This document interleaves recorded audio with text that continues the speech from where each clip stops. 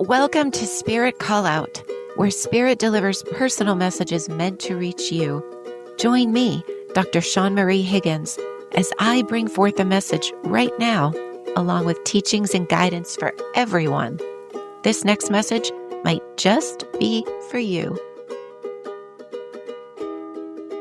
Hello, and welcome to another episode of Spirit Call Out. This is Shawn Marie Higgins, and this is where I call out messages from spirits to you. Even if this specific episode is not a message for you personally, there is great teaching for everyone in every episode. This podcast is evolving. The more I continue this podcast series, the more it continues to expand in content and breadth of information, volume of information. For example, the spirits have begun teaching healing techniques for us all, and that's going to happen today. Spirits are getting more and more specific about how they communicate, and they're giving more information. More information comes through with each spirit. You may recall, if you've listened to the first episodes all the way through, you may recall that my very first episode was much shorter. And as I go, the general trend is that there's more and more volume of information. For more recent episodes, I've had to actually table information to put in a future episode. So please continue with me on this spiritual journey and expand and grow with us on Spirit Call Out. So in this episode, I'll begin by introducing the spirit who stepped forward. As I continue to share the message, we will explore several teachings that arose through the communication, ideas about consciousness, healing with sound, crystals, and meditation all came through, and teachings on how spirit can communicate across dimensions in a different way using memories, in addition to conveying concepts through visual symbols and words and the sensory organ systems that we have that work in the energy field. They also convey information through memory. And this takes us deeper into consciousness communication.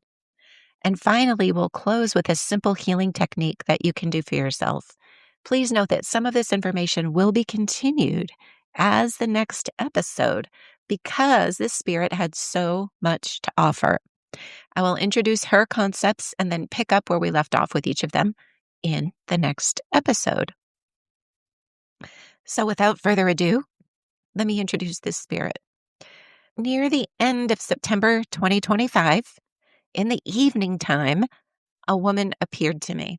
Normally, I'm approached by spirit first thing in the morning time by spirits for these call-outs. But this woman came in the evening while I was fluffing up my pillows and getting my blankets all situated before going to sleep. I was not asleep. I was fully awake. I was manipulating all the covers and pillows on my bed. However, I was relaxed, and the intention was to, in a very short amount of time, be asleep. So that sets the stage for spirit to approach.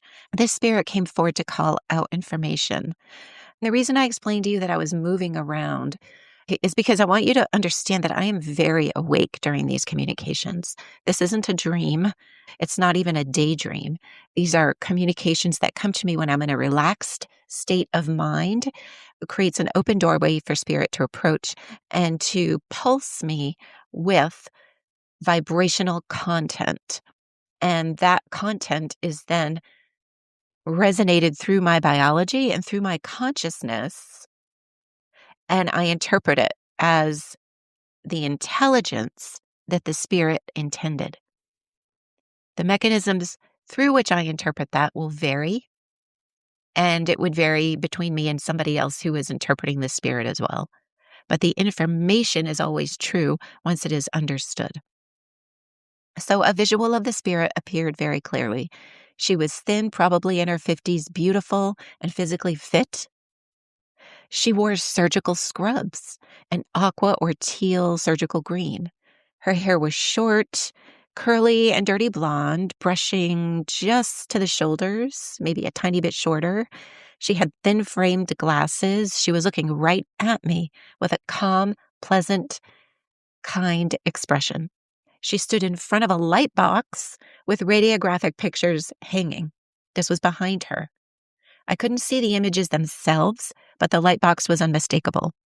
This is the kind of thing we used to use to view radiographs before imaging was done through digital means. We always had light boxes when I was in medical school and residency where we would view images mostly. So she was showing this to me to identify herself as a doctor. She was working in a hospital setting. She held a patient chart in her hand, and I had the sense she might have had a stethoscope around her neck. The stethoscope was a blend of vision and telepathy. This is where I receive an idea or an impression that materializes into a visual of that same concept of intelligence. That's why I say she might have had a stethoscope. It's another identifying factor for her being a doctor. All of this information came very fast as one flash of visual and telepathic pulsation of information, and I received the immediate impression she was a physician, likely a surgeon. Her energy and face, very kind. She was very focused. Someone who deeply loved her work and cared for her patients. Her patients were a very high priority for her. She has a lot to tell me, and it is for a lot of people, her patients mostly. She gives me the name Anita, not by voice, but I see it written. It is possibly her name or the name of a patient or a family member, but somehow it is significant. It might even be someone who worked for her, like a receptionist, someone who could send an email out to let all of her patients know that she is now back in the office, ready to see patients in the spirit world to give you spiritual healing instead of physical neurosurgery. So if your name is Anita, listen on. Also, she indicates that she had so many patients over the years that she may return for more spirit call-outs. She has a lot of information to give. I will have to inform you of that as we go, since she's not indicating any specific episode numbers or dates, although she gives so much information today that it will have to be carried through to the next episode. So this was my initial contact with her. Of course, it was also speckled with the inevitable flowing of new information, which actually happens spontaneously every time I do a spirit call out. The retracing of the energy pathway of our communication. And every time an energy pathway of communication is retraced, it goes deeper, it is more intellectual and intelligent, and more information is given. Spiritual pathways don't degrade like physical pathways. Every time they are traversed, spiritual pathways enhance, grow, expand, become more stable. I explain this a little bit further on when I explain the second impression that she had upon me. Because on October 6th, during an afternoon meditation, the same woman appeared again. And because she appeared to me more than once, that's why I waited to give this call out, because every time I even think of her, more and more information comes from her. She's almost ready and poised to communicate with me energetically. So she continued communicating information to me right where she left off in September, as if no time had elapsed at all. And I tell you the date in case it has some significance in identifying you as one of the people for whom a message is intended. So this time I also inwardly asked directly to her, since this was her second impression upon me, the second time she approached me. During these second visits from Spirit, I feel prepared and a little more comfortable and open to actually be part of the conversation and ask the being questions. During the first impressions, I'm always open and simply taking in their information. On the second visits, I actually interact with them more by asking them questions, and we're having more of a back and forth conversation. I'm not sure if it actually yields any more understanding or information that the spirit would not have already given anyway, but it certainly allows me to practice being a participant in this discussion across dimensions. So I asked her quite plainly, "Why are you stepping forward? What do you want to say?" And the answer came as understanding rather than words. She was acknowledging her patients and their families, both those who have passed and those still living. She conveyed that she may have died suddenly and didn't have the chance to say goodbye to her patients. She loved her patients deeply. Leaving them without that closure was difficult for her, and she shared something very profound with me. She says that when people cross over, they often miss those still living in body that they left behind, even more than the living miss them, especially when death happens or bodily death happens unexpectedly. Her message to her loved ones, including her patients and family, during her physical life was simple. I'm still here, I'm still with you, and I will meet you again. She also conveyed that she continues caring for her patients from the other side. She is able to care for them now in a different way, in ways she didn't know about while she was a living in body doctor. As a physical doctor, she didn't have the deeper insight into consciousness and healing of vibration that she does now. And she returns now to offer this healing of the neurology of the central nervous system to her patients that she was not able to relay or convey or heal them with before. These ways are much more powerful, and she is able to do that for you all now from the spirit world in which she exists now. I will share a technique that she gave me at the end of today's episode. She would like to teach a way for you to heal yourselves, all of you, her patients and her family. That's why she wants to teach this technique. But let me finish delivering the message. There's more to the message. This time during the second impression, I sensed more clearly who she was. This second impression was the same impression. It was her same exact image coming forward, exactly the same as the first one. Yet, because it was the second time traversing that spiritual pathway of communication, it permeated deeper into my consciousness awareness of her. She is telling me now, as I talk about this on this recording, that all she has to do is pulse herself to me the same exact way each time. And I will understand who she is more and more each time. That's all it takes. All it takes is repetition, because repetition is rhythm. Rhythm is vibration, and vibration is energy. It's frequency, and it resonates, which means it moves. And the movement is life. Life is motion. All she has to do is continue her impression in a pulsatory way, and I will understand more of what the original message was each time, but it'll include more with it. So I get the whole thing each time she comes to me, but with it comes more dimension and depth and meaning and content and understanding. That's how communication occurs in the spiritual world. So it's the same impression and intention. And if it's authentic, it fits into the same energetic footprint and provides deeper content and clarity. Nothing is ever lost. Each time we meet, she says we will pick up as if no time has elapsed. And right now, I'm just getting this from her. She says, and because I'm a neurosurgeon, please do not underestimate my healing ability. Now that I'm in the spirit world, it far supersedes that which I was able to give in the physical world.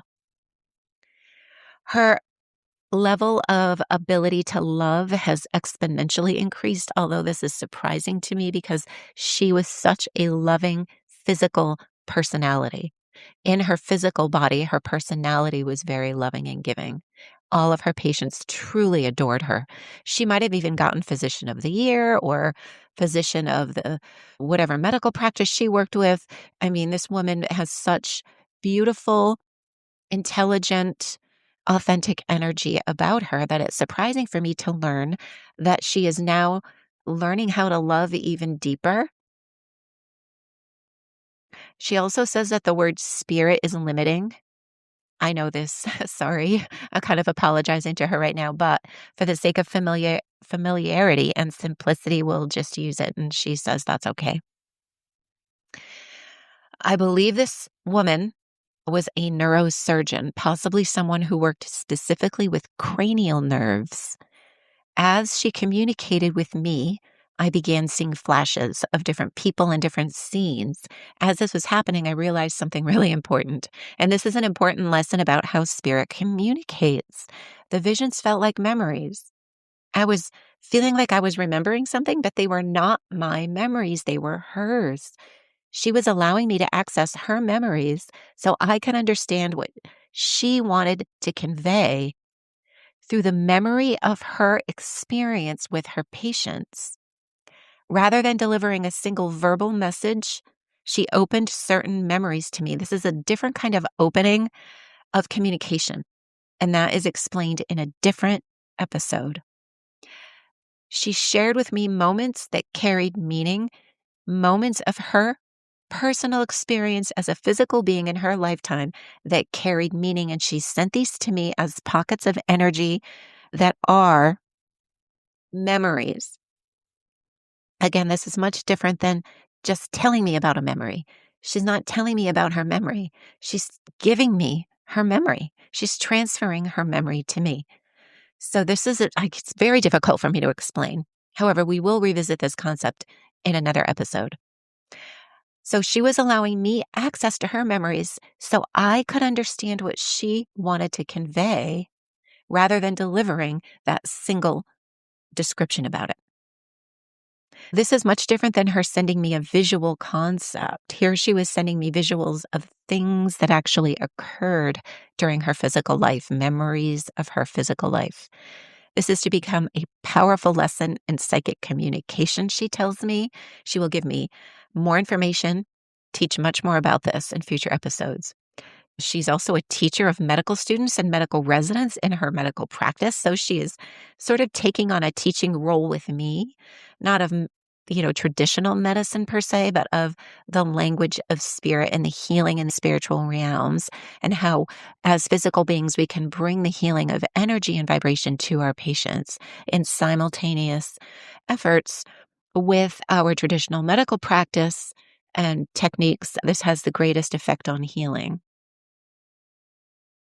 So these were flashes of her memories of many various patients over the years. These patients are connected to her still, even as she exists now in the spirit world. And she is wanting you to know that she is still working for you and healing you, but in a different way. She feels like she suddenly left you too early. She wants you to know she didn't leave you. She is still caring for you. She's aware of the abrupt effect she had on your emotional body, but she's still working on you. There was never any lapse in her healing you upon her crossing over, even if it was in a sudden manner. She says she has treated many cranial nerve conditions in her patients. That struck me as interesting because I myself specialize in cranial and osteopathic work, as well as teaching in the neuroanatomy and cranial field of medicine. Okay, so back to these visuals of her memory, these flashes. Again, they felt like memories.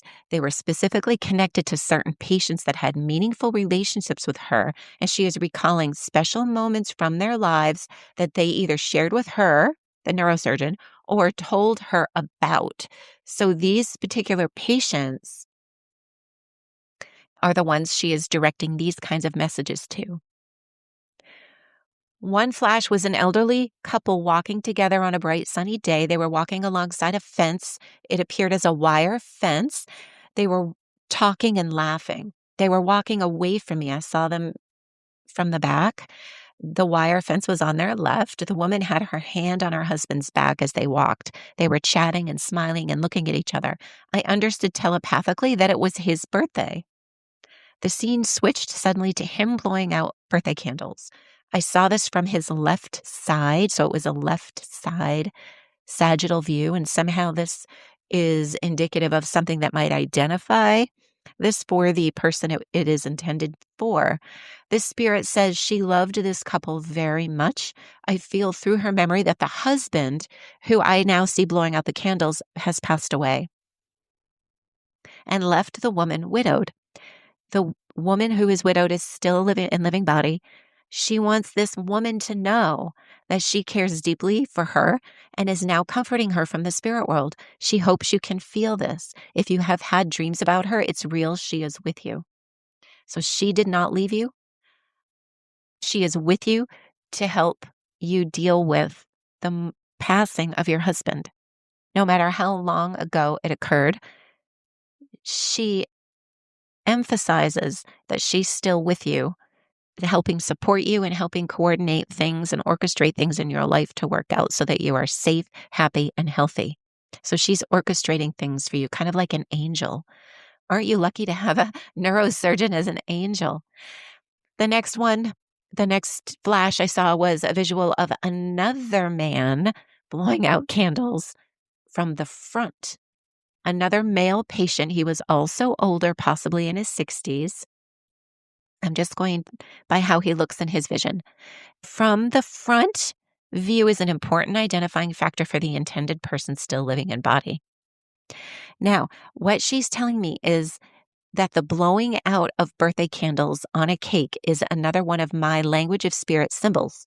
So I'm being taught one of my own symbols of spiritual language during this call out. So these symbols, it means this symbol to her, giving it to me, a symbol of someone blowing out birthday candles. It means it was their last year of life and that they have passed away. They're blowing out their living body, the life of their living body. But because it is done in the spirit of the celebration of their birth in the first place, this is a very good sign of passing in joy, in peace, in love. And it also relays the memory that this person who passed away still has for the living family. It is a celebration of happiness. So she purposes here to contact the living family members to let them know she's still with you and comforting you. The living family members of this man, I believe she attended a birthday party, his birthday party, which ended up being his last one. And she wants to reach out to the family members and let them know she's still here, healing everybody and supporting you. The birthday party visual conveys happiness and that a life was full, it was lived happily. They were with their family, they were having a party, and they blow out in peace, but they only blow out of the physical world. They're still with you, and so is this spirit. So you've got both doctor and patient with you, all of you for whom this call out is for. She's letting you know that your passed away loved ones are with you, and she's with you. To everyone, she says, to remember your loved ones, light a candle and blow up to them. You will get a blowback of some sort, and it will surprise and delight you. So these symbols that I teach about in my biological mediumship class, I teach about them in that class. Spirit communicates through symbols as well as direct vocal and written language, and through all the other sensory mechanisms that we're typically using in the physical world, but we have energy parallels of those. Everyone's symbols are different. Yours will be different than mine because they are formed as a result of your consciousness perception and training with that spirit's consciousness perception. So these symbols are unique to each one of us. If you are practicing communicating with spirit, please keep a record of your symbols.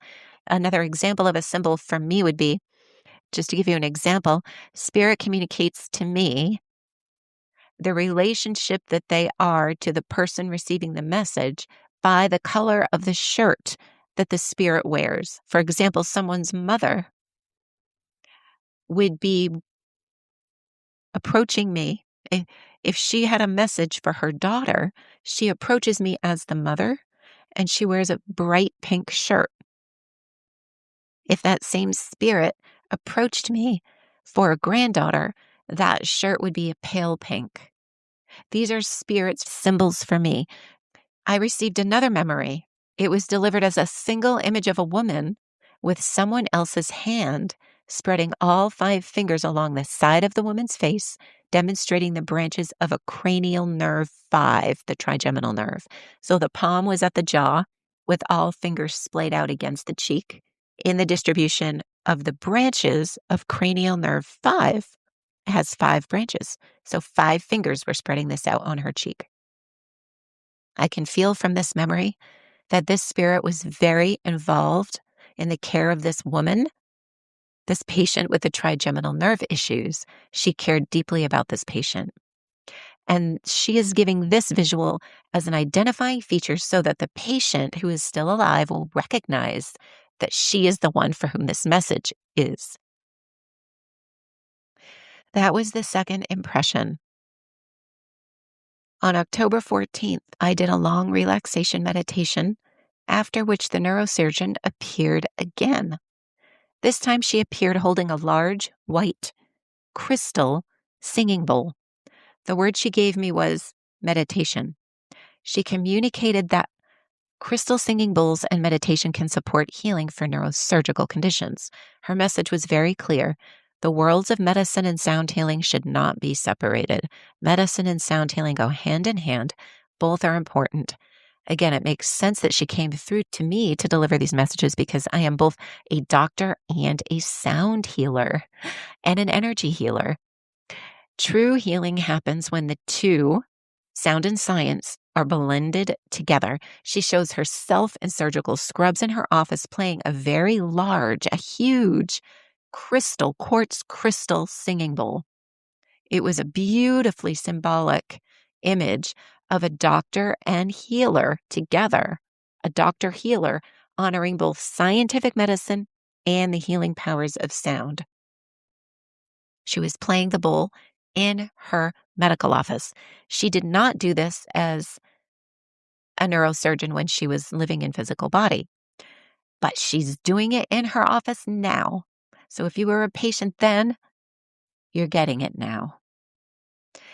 Here, she's activating crystal frequency with a wand to resonate through the crystal bowl. And anyone who has used a singing bowl in the past knows that you set the crystal on a firm surface, or you can hold it, or you can put it on your body. And then you take the wand and you lightly trace the outer rim of the crystal bowl and just keeping going. And it eventually makes a beautiful sound that resonates even when you stop. So she's activating it this way, making a beautiful sound. She also talks about a more powerful way to activate crystals. This will have to be in another episode because there is so much information here that she has to share. The neurosurgeon emphasized that healing happens when we balance the two aspects of the brain. Of course, healing occurs when we balance the left and right halves of the brain, left and right, male and female, science and energy, logical, emotional. But she's talking about two deeper aspects. She's talking about the physical brain of nerve tissue, neurons, nerves, and sensory systems, organs, brain tissue of gyri and brain stem tissue, and all of the physical parts of the brain. So she's talking about the physical brain. And then the second half is the non-physical aspect of the brain, which is consciousness, its thought, intention, and brain wave states. So I apologize here. She switched topics quite rapidly from the crystal bowl, from activating crystals, to talking about the brain. And I just want to make sure you understand that we are going to revisit the crystal frequency at another episode. Crystal and sound. She switched immediately to the brain, and the two parts of the brain she is speaking of are two halves, but they're each whole. The whole physical brain and the whole non-physical brain. Both matter. True healing blends the visible and the invisible powers of the brain. Then she showed the heart and the power of healing through heart and brain connection. A healthy heart beats roughly about 60 to 100 times a minute, at an average of about 80 beats per minute. If we convert beats per minute to beats per second, then we have a frequency in hertz, which corresponds to a frequency within the delta brainwave frequency range, the state of brainwave frequency associated with deep sleep and dreaming. She explained that the heart helps bring dreams into the body. These are the dreams we have at night, but also can be transformed into affecting dreams like desires that we hold for our lives. We just have to do this deliberately in a certain way with crystals, and she'll tell us about that in the next episode. So when the heart and brain synchronize their frequencies and train, this is a phenomena in physics where two frequencies in close proximity assume the same frequency pattern that is a blend or an average between the two. It's a balance between the two. It's not an exact average, but that's the blending of frequency is called entrainment. two rhythms aligning to form a shared new frequency. That synchronization between the heart and brain allows heart intention and brain consciousness to move through the body together, creating a powerful blending or mixing that creates an energy potion for healing and for manifesting what we want to happen in our lives. In order to have this work for manifesting our desires, it must be done in a deliberate way, and it's facilitated with the use of crystals. Again, that technique is going to come during the next episode. The heart is love. It is what we desire. The brain is intelligence. It is how we plan and what we choose to do to bring those desires into our lives, which is why we are often told to follow our hearts, because our heart's desires are emotional guides. It's an emotional, intuitive guide towards our purpose that blends with what we also love to do for joy. Now, following the heart means following true joy, not what we think we want, but what is for our highest value on a deeper soul level. And we don't always know that. This next healing technique is to be done to align your heart and your brain for learning and following and having more clarity of guidance with your soul purpose towards your heart's desires, your true heart's desires, and blending the brain and the intelligence and how to manifest that logically, physically, in a grounded way in your physical life experience. This also heals the central nervous system. It calms it down. It balances parasympathetic and sympathetic innervation and causes a calming effect on the central nervous system, which heals the cardiovascular system. She says here it also heals the endocrine system. All of this heals your entire body. Just healing alone, this is worth it. So let's go through this technique. She calls it a meditation technique to blend the heart and the brain.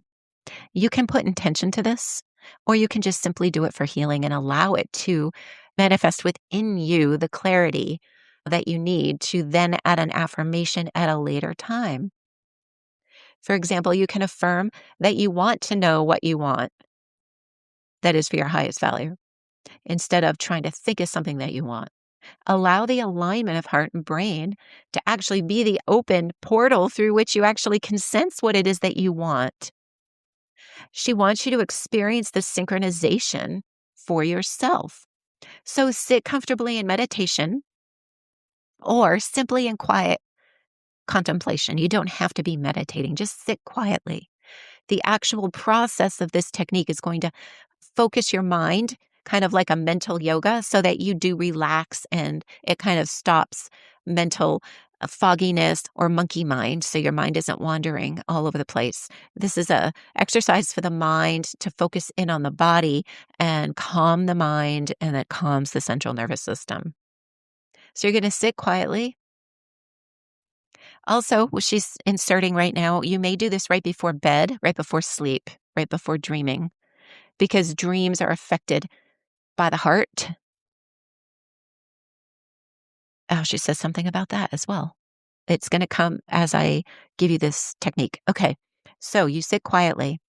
Visualize your brain and your heart moving toward one another until they meet at the throat. Now, she wants to make a delineation between visualizing yourself in front of you, having your heart and brain merge at the throat, versus sitting and literally feeling in your body, your brain and your heart meeting, the brain coming down, the heart rising so that they meet in your throat. She wants you to do the second one. She wants you to feel it in your body. You don't have to see it. You don't have to see a visual of yourself in front of you. If that happens, that's okay. Take note of it and then bring it back into your body so that it's happening within you. You don't have to see it happening to you. She wants you to feel it happening within you. And the more you do this, the more she says this will be more automatic and more profound. You'll feel the effects more strongly and it will happen faster. So allow that to happen. Allow the heart and the brain to merge at your throat. Do not force it. Simply feel it happening within you. Allow it to happen within you and take as much time as it needs to. When they feel synchronized or dissolved into each other so that they're like one ball of energy right at your throat, take an intentional deep breath. Of course, you're breathing the entire time because we want you to stay alive. You're not ready to pass over yet. But once you feel the synchronization, then intentionally take a deep breath through the mouth or the nose. As you exhale through the mouth, allow any tone to emerge naturally from your voice. So you're going to be voicing a tone like ah, oh, any syllable. It doesn't have to be a specific pitch. Just let it come out as a natural, relaxed tone. That tone activates the unique frequency created by the entrainment of the love of your heart and the intelligence of a deeper, much deeper layers of consciousness experienced through your brain for the various levels of consciousness experienced by the different brainwave frequency states. So you're merging all of those different frequency states of the brain with the layers of love of your heart. So your heart's desire is matching all of those different brain wave frequency states of awareness of your consciousness. Each time you practice it, it might be slightly different because your biology, your emotional state, what you want, what's going on in your life, your ever expanding consciousness, they're always changing. We want that. Life is motion. Motion is movement. So that's okay. Let it be different each time. When you're going through a hard time in your life, you may have more difficulty embodying this practice. That's okay. Let this be what irons it out. Let this practice be what irons out the energy of what's getting in the way of your dreams, so that in the physical world, it's much easier to change through circumstance, through conversation, through human to human communication. It's very difficult to change something once it's already manifested. It's much easier to make alterations to something in your life that's happening and it feels like an obstruction to you. It's easier to make these changes on the level of consciousness and energy first because you're breaking things down to the level of the atomic space. So these are much easier to break down on energy. And then when you iron them through your body, it reemerges into your life experience as possibility. Again, we can never affect anyone else's life or change anyone else's mind, but we can affect how we deal with that experience. We can affect our perception of it, our emotional reaction and sensation, and our emotional response to it. So it may not bother us as much. It affects our ability to see solutions around things. So it just diffuses the whole thing altogether. So you're still in this place of exhaling a tone, and you may have to exhale a few. You can take breaks and feel the merging and blending of the heart and the brain and the throat with each tone. While you're doing this vocal toning, visualize light flowing from your heart through the throat and out your voice. Then, in another vocal tone, visualize light flowing from your brain through your throat and out through your mouth with your voice. Again, you may take several breaths and tone your voice several times to do this. Don't worry how many tones you need to voice. Do not worry what pitch comes out. Just relax your vocal cords and let any tone come out as a hum, as an ah, oh, any syllable. And you can pause in between tones. It doesn't matter how much time you take as much time as you need. There really is no time. The vocal tones activate the resonance of heart and brain. So this is resonance. So if you have to rest your breath and your voice, the frequencies will still continue to resonate, just like the crystal bowl activated with the wand. Even when you release the wand from the rim of the bowl, the sound of that beautiful crystal bowl resonates for minutes and minutes. This will happen as well with the resonance of your heart and brain energy. So after a little while, inhale again, drawing light from your heart and your brain into your lungs together. Do it with one breath. Draw from your brain and your heart together into your lungs, and then blow it out your mouth as a vocal tone. Bring it back into your lungs again. And as you bring it into your lungs, we know that air exchanges with the blood in the lungs. So you are now diffusing heart and brain energy into your blood through your lungs. Visualize that happening and visualize the blood. Feel the blood being pumped by your heart and carried as light throughout your entire body. Repeat this as many times as you wish. And when you feel complete, just say thank you. You can allow this experience of light being carried through your body, of the heart and the brain that was breathed in through your lungs. Allow this to happen until you fall asleep. This is the last part, the last piece of the technique, during which you may just simply fall asleep or let it be resonated until it fades and you feel like getting up and doing something else during the day. Always say thank you if you can remember before you fall asleep. Then, after the experience or the next morning when you wake up, journal or write down any experiences or sensations or epiphanies you may have had during the experience. Journal or write down your dreams because they give us important clues and intelligence and guidance for waking life. They also help us release fears that may be blocking our manifestation of what we want. This meditation can be used for healing and for manifesting the authentic dreams of your heart, paired with the power of your brain and consciousness into your life. So what she's showing me overall here is that sound as vocal vibration and meditation together support neurological balance and healing. This technique, as well as others that she will teach, really support the balance and healing of the central nervous system. The heart and brain can synchronize. When we do this deliberately, we have the ability to synchronize the heart and brain. We synchronize their rhythms, thereby influencing intention, awareness, ultimately resulting in manifestation of our desires and our health, as long as they are loving desires. So we have the frequency of the heart and the frequency of the deeper state of dreaming of the brain. Those are pretty much the same. So that's why they correlate so well. That's why the heart correlates so well with the dreaming state of consciousness. Any ill will towards another when trying to manifest will simply annihilate your efforts. And sometimes we don't know if we're being authentic because we don't know what we want. So if you do not feel like you know what you want, then just focus the meditation on becoming an open portal through the heart and the brain so that what is for your highest value is what comes to you. And what is for your highest value by definition and vibrational law is also of some value for all that is in the universe. And it absolutely does no harm to another. So this neurosurgeon would like to offer a healing technique with crystals as well, which will be in another episode. And again, these key concepts and teachings have been put in much greater detail in the Spirit Call Out workbook, which is getting finished and published. Also, you can find the images that go along with each episode, as well as the written transcripts on my website. Find them on my website, osteopathicwell@gmail.com. I want to thank you for your patience as we work very hard to get everything posted fast for you. All episodes are immediately upon posting. They are copyrighted and published in audio, video, and written format.